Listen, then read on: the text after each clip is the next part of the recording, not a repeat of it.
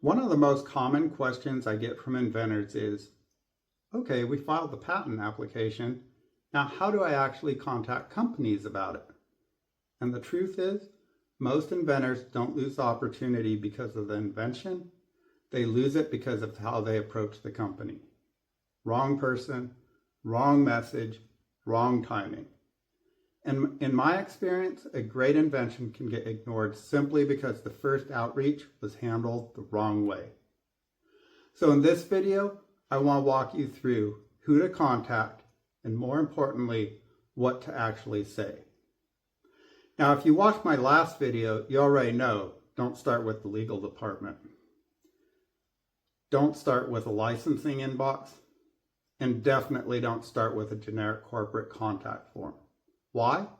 Because those channels usually aren't evaluating products, technologies, or strategic opportunities. Instead, you want to start with engineering leaders, product leaders, or innovation teams. These are the people who actually understand what your invention solves, whether it's even technically relevant to them, and whether it could even matter to the business. Now, once you identify the right person, let's go deeper, because this is where most inventors make the biggest mistake. Before you send a single email, spend 10 minutes doing your homework. Look at things like their LinkedIn profile, engineering blog posts, conference presentations, product announcements, technical interviews. If you've been to a trade show, what are they talking about? Where's their company at? And ask yourself, what is this person actually working on? What problem does their team actually care about? And where does your invention fit here? Because if your outreach could be copied and pasted to 50 different companies, it's probably not specific enough. Now here's what I see inventors do all the time. They send something like this in their email. They'll say, I have a patented invention that I think your company may want to license. Or, hey, my attorney would like to discuss intellectual property opportunities with your company. Or, I have proprietary technology available for acquisition. That may sound great, but almost every one of those approaches creates the same problem.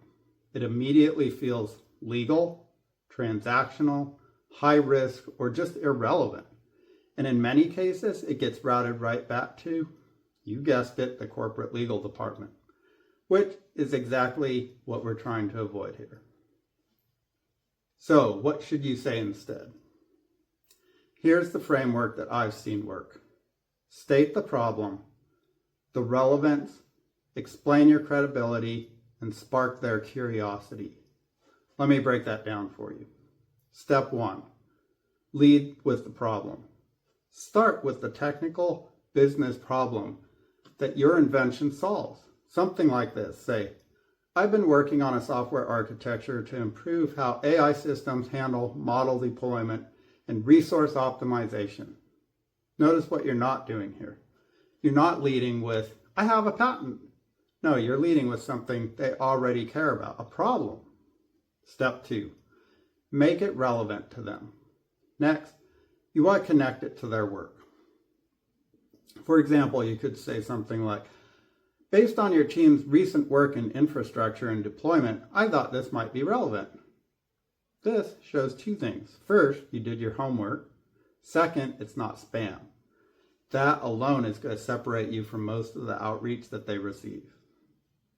Step 3, establish your credibility. Now and only now you can mention the patent, or if you have a pending application, the patent application, patent pending status. You can say something like, we've also protected the underlying intellectual property around this architecture. Do you notice the difference? You're not leading with, I have patent pending applications or an issued patent. You're not leading with that legal language.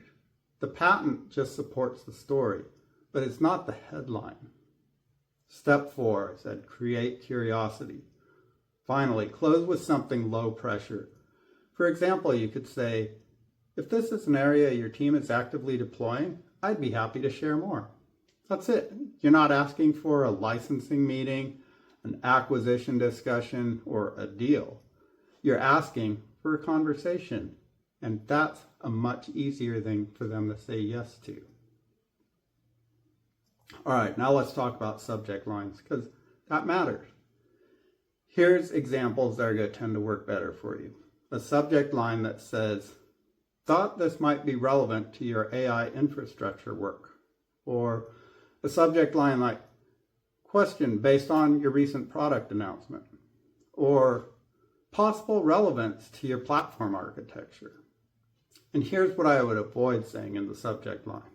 Patent opportunity, or licensing proposal, or even things like confidential technology opportunity, because those subject lines, they're either going to get ignored, filtered out by spam, or forwarded straight to the legal department. At the end of the day, your goal is not to sell your patent in one email. Your goal is to get to the right person and get them curious enough to have that next conversation with you. That's it, the next conversation.